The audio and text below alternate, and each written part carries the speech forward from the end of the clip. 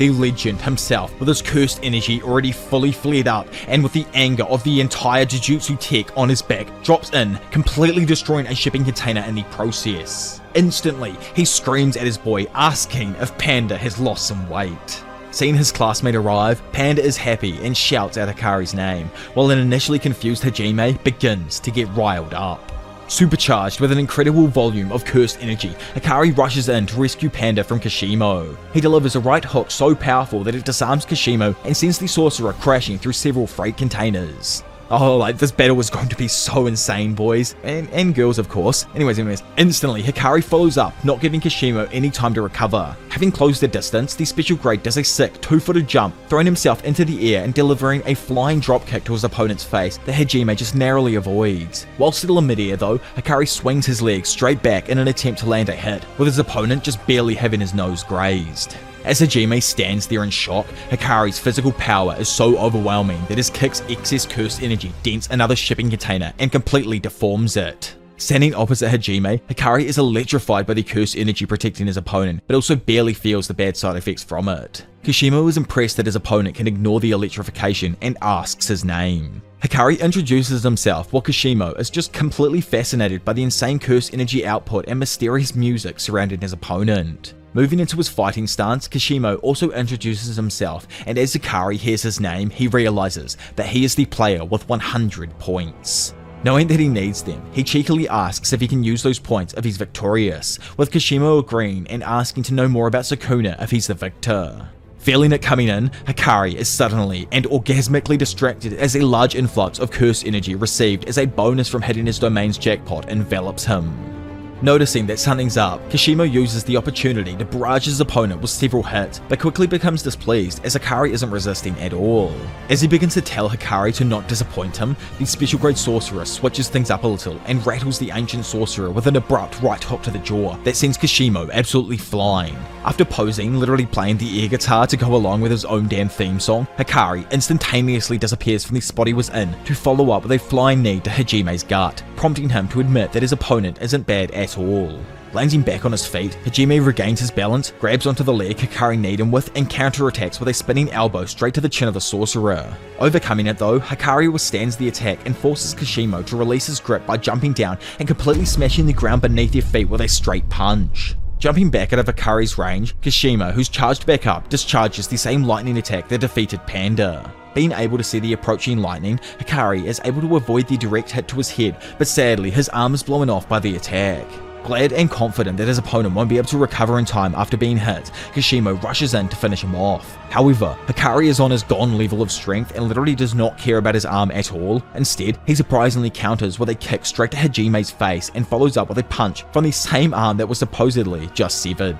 Blown away by seeing Hakari's arm reappear, Kashimo just manages to block the attack and assumes Hakari used the reverse curse technique to quickly heal himself. It's then explained that when Hakari hit the jackpot with his domain expansion, it resulted in a bonus of unlimited curse energy throughout the round. Hakari himself never actually learned to use reverse curse technique, but the unlimited curse energy coursing throughout his body as a result of hitting the jackpot automatically heals his body with it. In other words, Hakari is pretty much damn immortal for 4 minutes and 11 seconds after hitting the jackpot. This time limit comes to an end as the ancient sorcerer notices the random music surrounding Hakari has stopped, causing his opponent's cursed energy to recede to normal. However, during the previous round, and due to how Hakari's curse technique works after he hits a jackpot, his cursed energy and technique is replenished, allowing him to cast another domain immediately. So, for as long as Hakari continues to hit his jackpot, he can use his domain over and over and over again. So, this is the main reason why Hakari is absolutely broken, and Gojo reasons that he could surpass him someday. Man literally has figured out an infinite curse energy hack like this is some game of magic or something. Like, oh my lord. But anyway, because of the fact that Big Rari's domain expansion is harmless, he can be as aggressive as he wants, and his activation is extremely quick. Probably one of the quickest in the entire universe. Like it states here that the dude's activation is faster than that of Mahito's during Shibuya. As the rules of the Idle Death game are sent to Hajime's mind, he notes that since he's aware the game is a probability loot type, it means he's likely to keep hitting the jackpot as he activates increased probability. Standing there, Hakari asks him how he is, but Hajime points out that during this period he's not actually unkillable, and Hakari simply responds that the life of gambling has always come with great risks. Flashing in, the two monstrous sorcerers trade a flurry of brutal punches before Kinji spins away and activates his continuation effect, absolutely confusing Hajime with what's going on. It's then explained that currently Hikari is redoing one consecutive effect sequence. The normal percentage chance of hitting the jackpot is over 20% or 1 in 5 on its first activation, and because of that there is usually a high risk of drawing a dud, so typically he only uses this activation when he has increased probability. Igniting the fight once more, Hikari throws another punch, but Hajime blocks it and completely batters the bulked up high schooler, punching him in the side of the head and kneeing him in the stomach. Jumping back though, Hikari flexes while screaming renewal, leading the potty emergency Reichi scenario to occur. During this Reichi scenario, if the Denji wannabe who's stuck on a hypothetical train headed to Yoyogi doesn't have a bathroom, or more specifically as it implies here, doesn't have any accident at all, will result in a jackpot Reichi scenario for Hikari. As the train flies forward, it's shown that this fake chainsaw man named Hero just barely made it to a stop without accident, causing Hikari to once again hit his jackpot. Standing there with his eyes closed and just looking like the absolute king he is, Hikari suddenly reopens his eyes and screams for his music to begin once more. Sometimes, you know, like I really just personally wish I could make sound effects like with my mouth and everything, just like boom. As Hikari finishes speaking, his body once again erupts with a flood of curse energy, restarting his invincibility and the brutal showdown.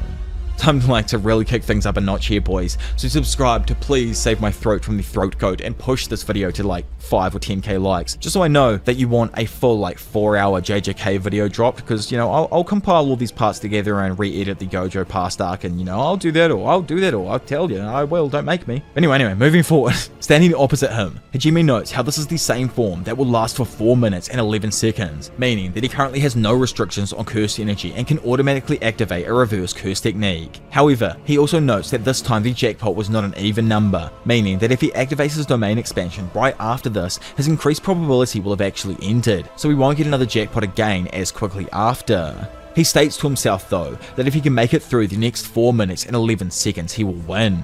But as his smile grows larger, he recognizes that that line of thinking is how losers think. Instead, he screams that it's time to turn up the volume, because this is a funeral for the living. He releases a massive burst of curse energy, declaring that even though he may be unkillable for the next 4 minutes and 11 seconds, he will still kill him anyway.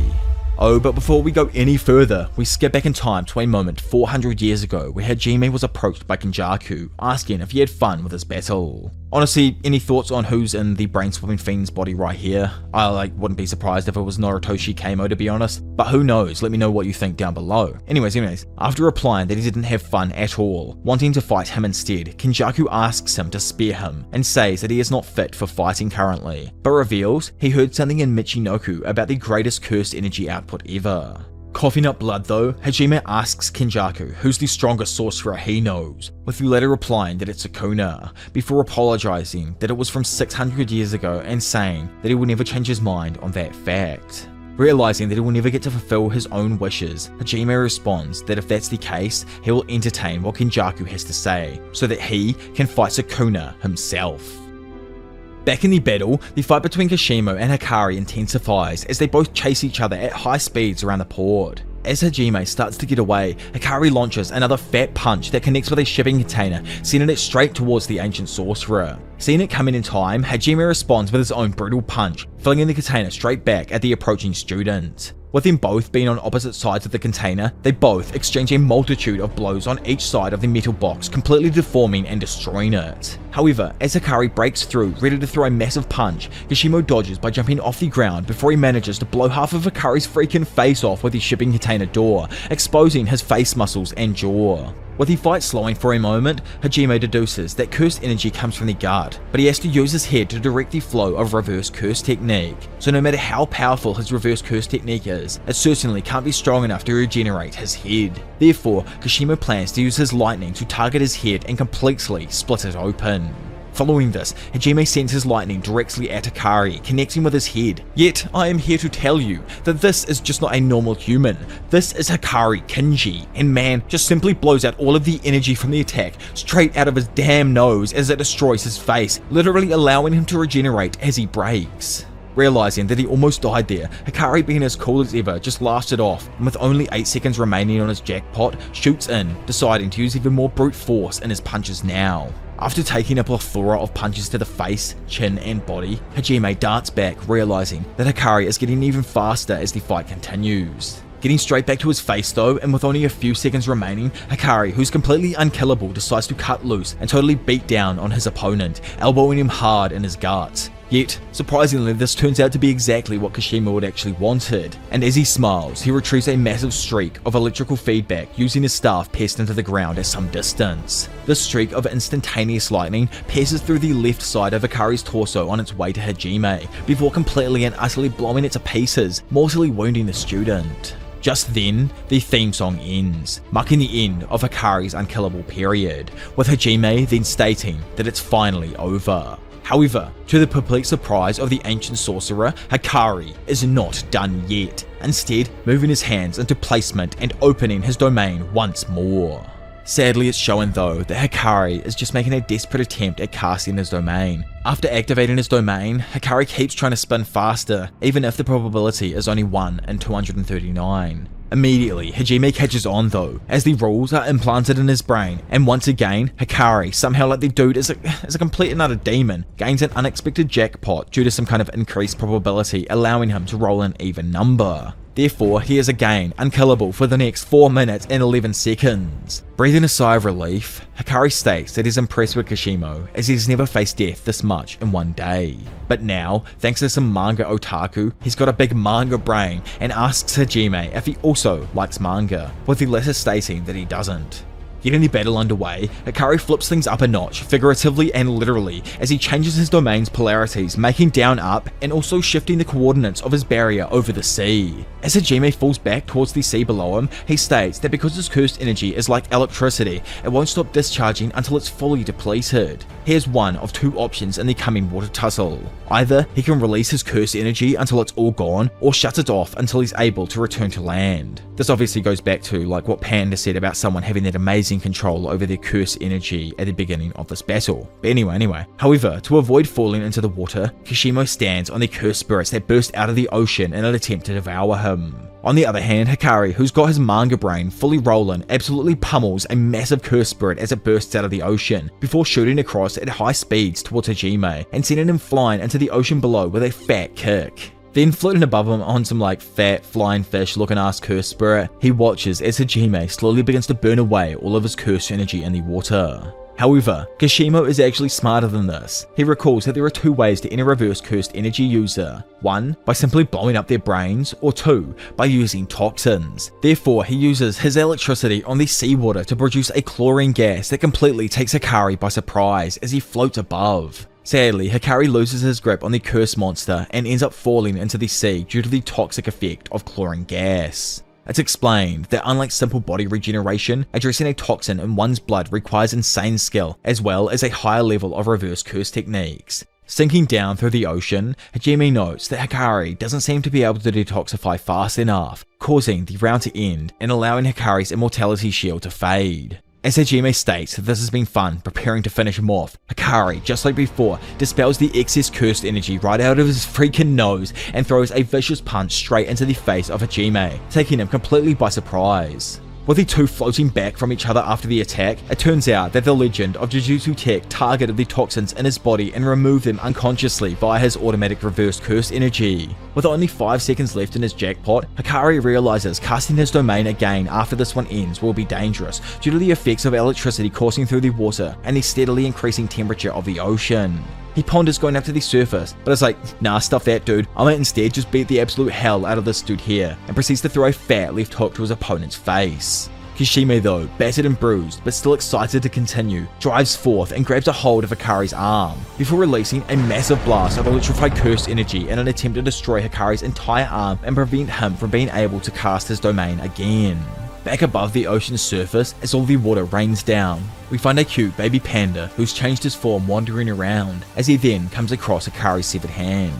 As the previously lively battle now comes to a seemingly abrupt end, we see Kashimo plop out of the sea completely out of curse energy. However, right as he is about to consider himself the winner, Hikari emerges from the sea himself with one arm and punches him back to reality. It's explained that during the previous attack Hajime released, before the electricity could travel all the way through the water, it resulted in a massive thermal explosion of hot steam. Laying down on the ground completely exhausted, Hajime asks how he isn't ripped apart from this explosion, but Akari explains that he knew what his opponent was up to, and purposely sacrificed his left arm through a binding vow so that the cursed energy that usually protected it protected the rest of his body. Hearing this, Kishimo finally tells his enemy to end his life.